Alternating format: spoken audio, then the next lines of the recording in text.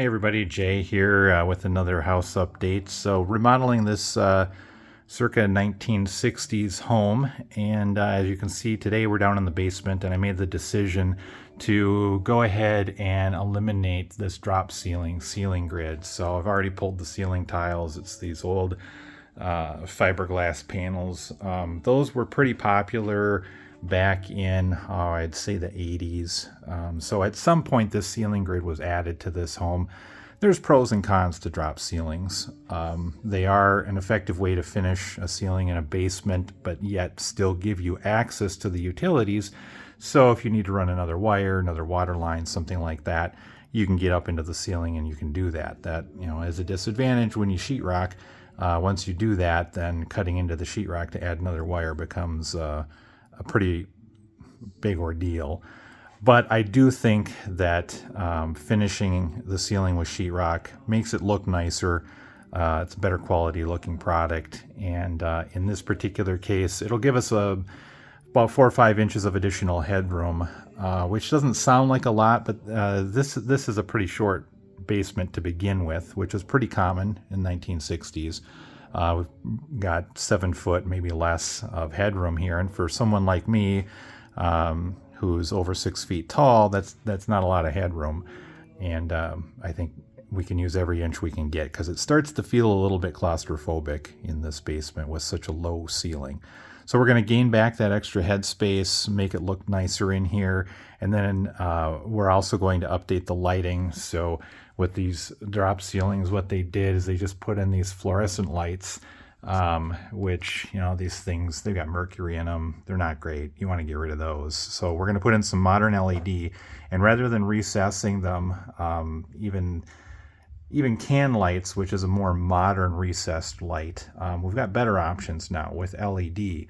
So what we're going to do is put in basically a standard light box here, easy to sheetrock around, and they're cheap and easy to install as well.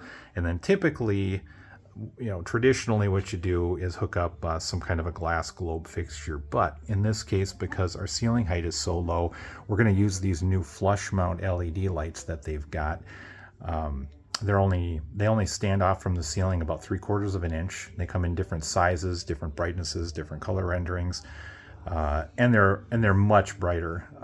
They're probably 2-3 times brighter than even a traditional 100-watt light bulb. They throw off a lot of light, spreads out really nice, and it's going to be a lot more cost effective than putting in can lights, because we're going to be able to get away with using fewer lights, which means less electrical work and a lot less labor and cost there.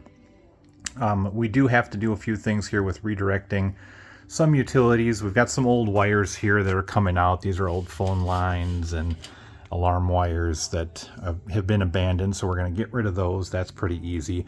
We do have a few electrical wires that need to get moved, though, because rather than running them through the joists, they just nail or wire stapled right to the bottom of these joists here. And we've also got a few water pipes that need to get moved as well, because we need to be able to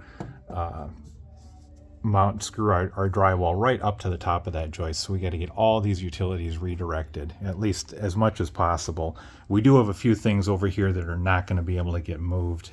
It would just be cost prohibitive, because this is the main gas line coming into the house, and that would be a pretty big project to get that redirected somewhere. And ultimately, we've got to have, this is our main gas valve, we've got to have that accessible somewhere. So we're just going to build a soffit and an access panel around that, and then we're also going to sheetrock the entire basement down here. So it's going to, between the sheetrock and the higher ceiling and the additional light, I think it's really going to brighten up this room and open it up, make it into a much more family-friendly space and usable space.